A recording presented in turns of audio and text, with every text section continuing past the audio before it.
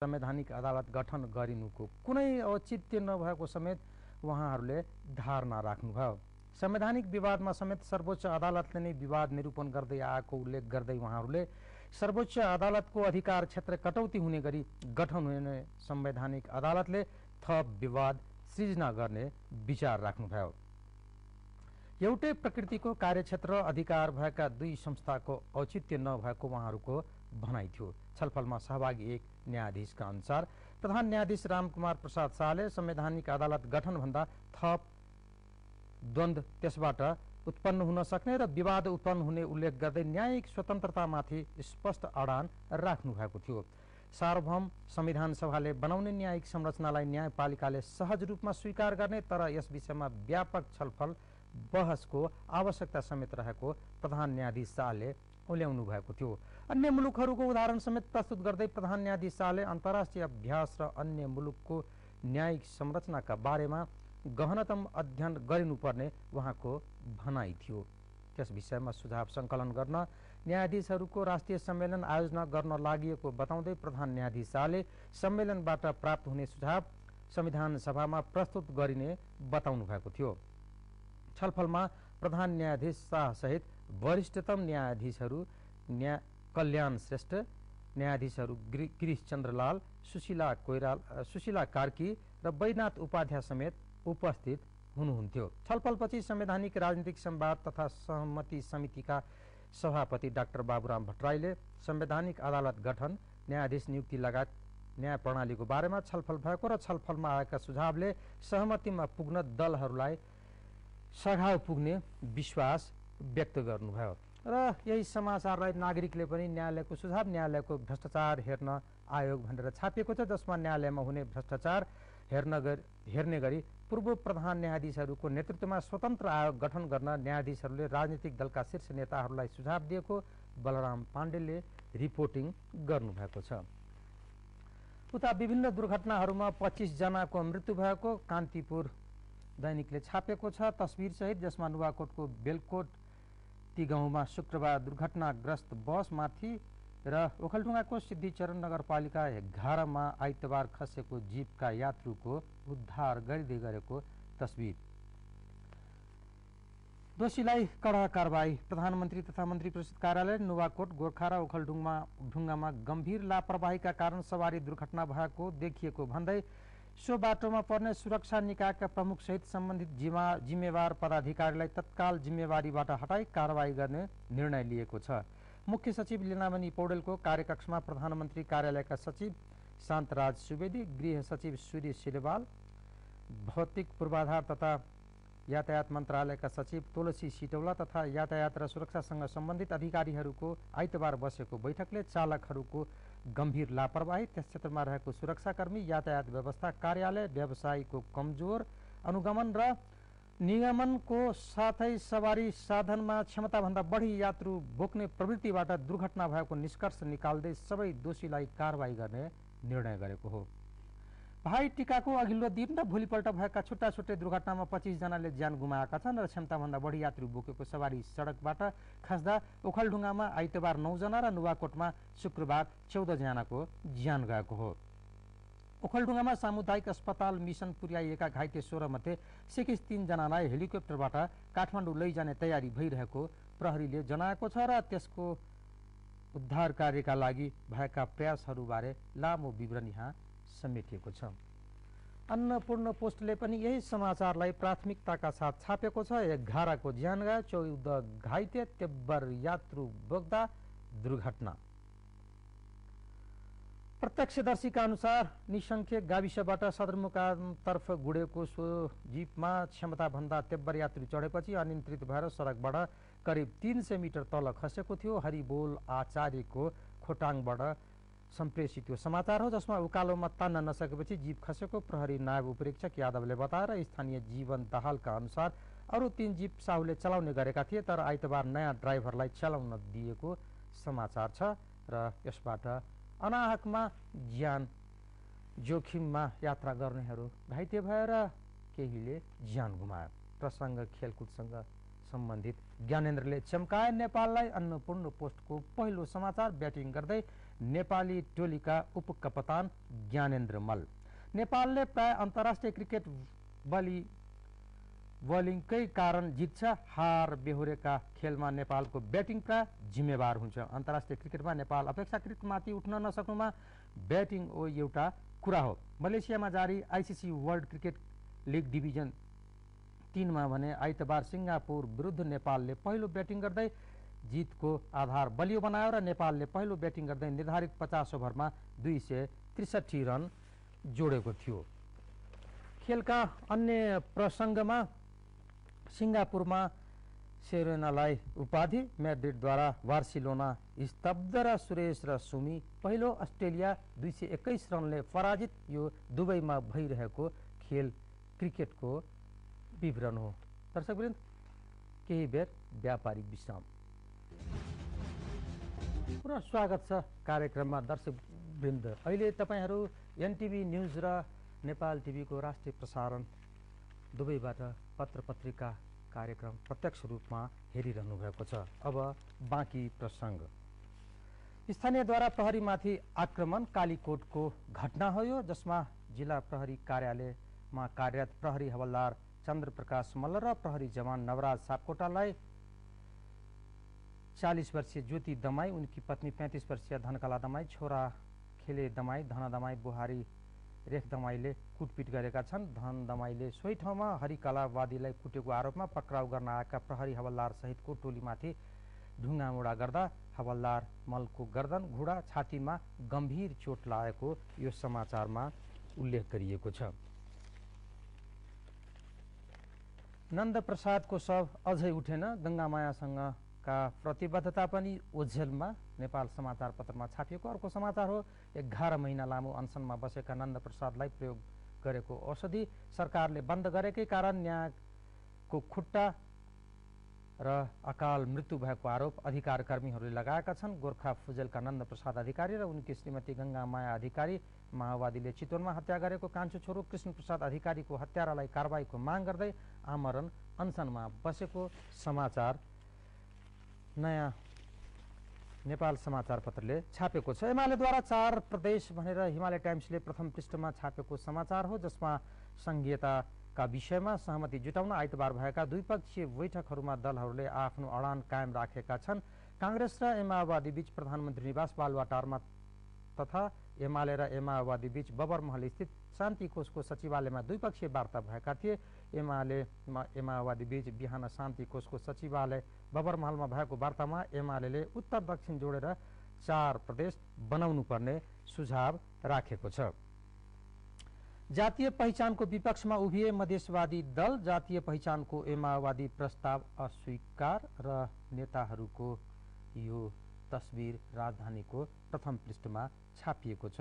भुवन शर्माको राजधानीमा यो रिपोर्टिङ छ, जसमा एकीकृत नेकपा माओवादीसँग मोर्चाबन्दी गरेका मधेसवादी दलहरू जातीय पहिचानको विपक्षमा उभिएका छन्। भौगोलिक पहिचान र सामर्थ्यका आधारमा प्रदेश बन्नुपर्ने अडानमा उनीहरू पुगेका छन्। एमाओवादीले अघि सारेको जातीय पहिचानको मुद्दालाई उनीहरूले अस्वीकार समेत गरेका छन्। एमाओवादीका नेताहरू सहितको भएको छलफलमा उनीहरूले जातीय मुद्दालाई अस्वीकार गरेको राजधानीले छापेको छ।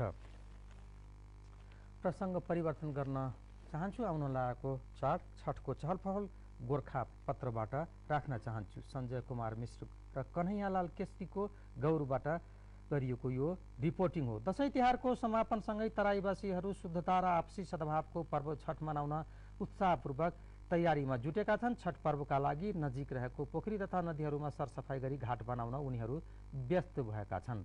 छठ पर्वले घरमा सुख शान्ति शक्ति सन्तान प्राप्ति तथा चरम रोग निको हुने धार्मिक विश्वास रहेको यसमा छापिएको छ।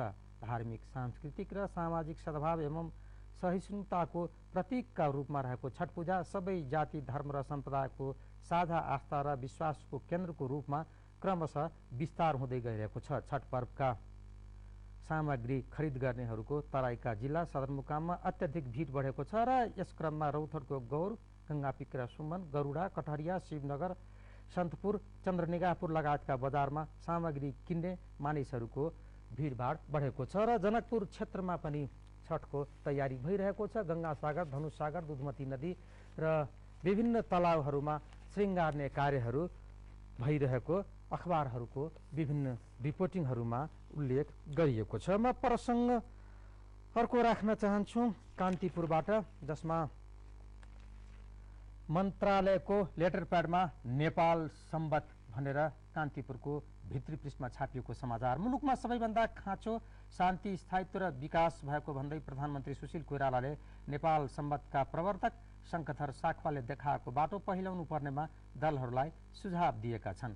नेपाल सम्बत 1135 को अवसरमा राष्ट्रिय विभूति साख्वा प्रतिष्ठानले शुक्रबार मध्यपूर्व शङ्खधर चोकमा गरेको कार्यक्रममा कोइरालाले नेपाल सम्बतको प्रचार गर्ने तथा शङ्खधरको नाममा प्रतिष्ठान खोल्न सरकार गम्भीर रहेको उल्लेख गर्दै मन्त्रालयहरूको लेटर प्याडमा नेपाल सम्बत अङ्कित गर्ने समेत उहाँले प्रतिबद्धता व्यक्त गर्नुभयो। यता सरकारले भूमि सुधार मन्त्रालय मार्फतका 2 महत्त्वपूर्ण विभागका महानिर्देशकको हेरफेर गरेको छ। नापी विभागका विवादास्पद महानिर्देशक नागेन्द्र झालाई भूमि सुधार मन्त्रालयको योजना महाशाखामा सरुवा गरिएको छ र नापी विभागका उपमहानिर्देशक मधुसूदन अधिकारीलाई महानिर्देशकमा बढुवा गरिएको छ। भूमि सुधार तथा व्यवस्थापन विभागका महानिर्देशक तेजराज पाण्डेलाई भूमि सुधार मन्त्रालयमा सरुवा गरिएको कान्तिपुरले छापेको छ। अस्पतालको ढोकैमा निजी क्लिनिक प्रभावकारी बन्दै प्रसुति कोष भनेर नेपालगञ्ज स्थित भेरी अञ्चल अस्पतालको मूल गेटमै रहेको सरकारी चिकित्साका क्लिनिक र बिरामीको तस्बिरसहित छापिएको जनक नेपालको रिपोर्टिङ हो, जसमा डाक्टरहरूले बिरामीप्रति कसरी हेला गर्छन् त्यसबारेमा उल्लेख गरिएको छ।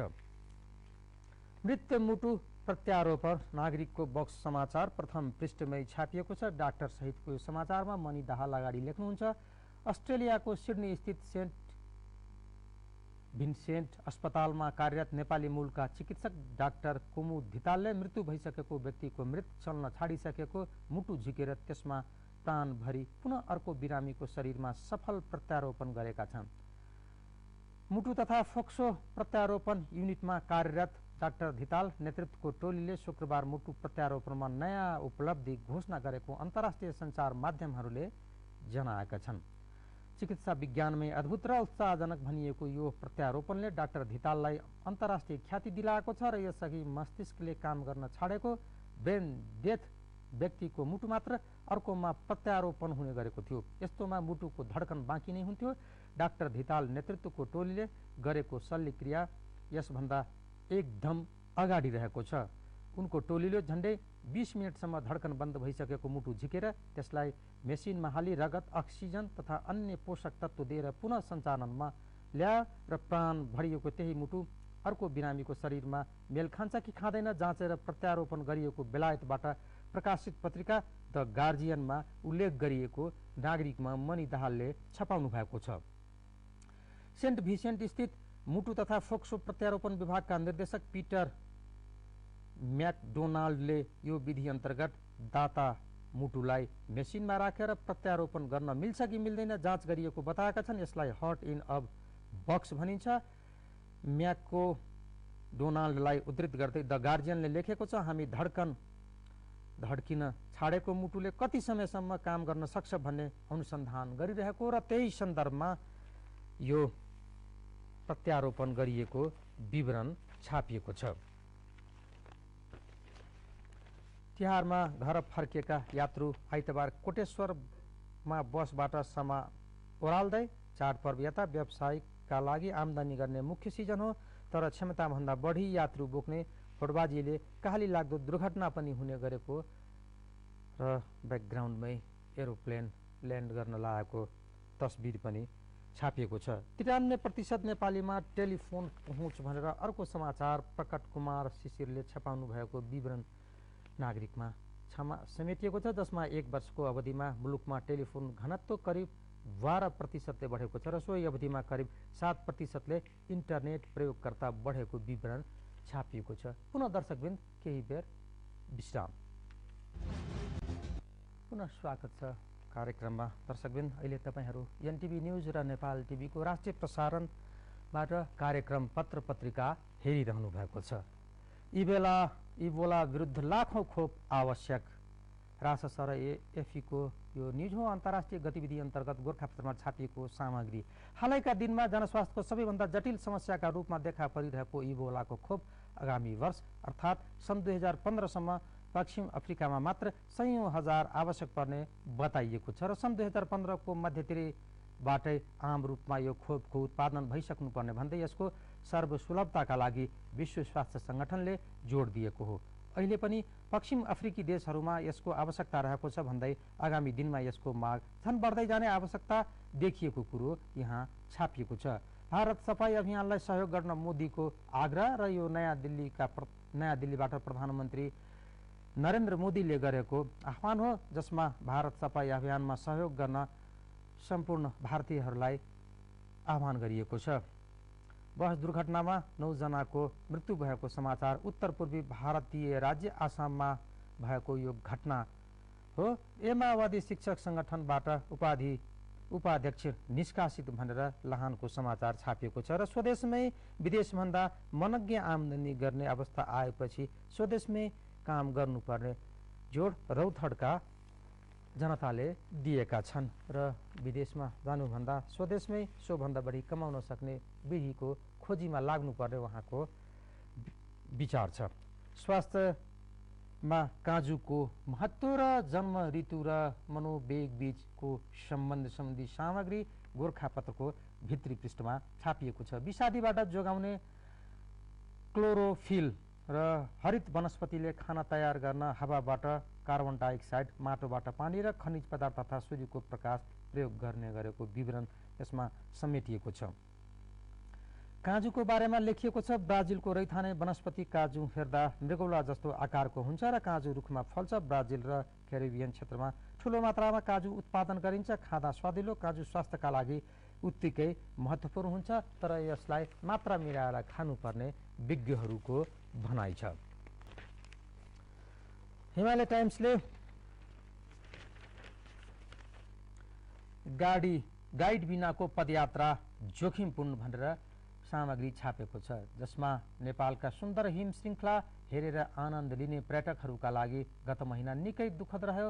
असोज अन्तिम साता भारतको अन्डमान निकोबार टापुबाट आएको हुदुद नामको सामुद्रिक आँधीको प्रभावले नेपालमा वर्षासँगै हिमाली र पहाडी क्षेत्रमा भएको बाक्लो हिमपातका कारण स्वदेशी र विदेशी गरी 33 जनाको मृत्यु भएको र 8 जना अझै बेपत्ता रहेको समाचार छापिएको छ।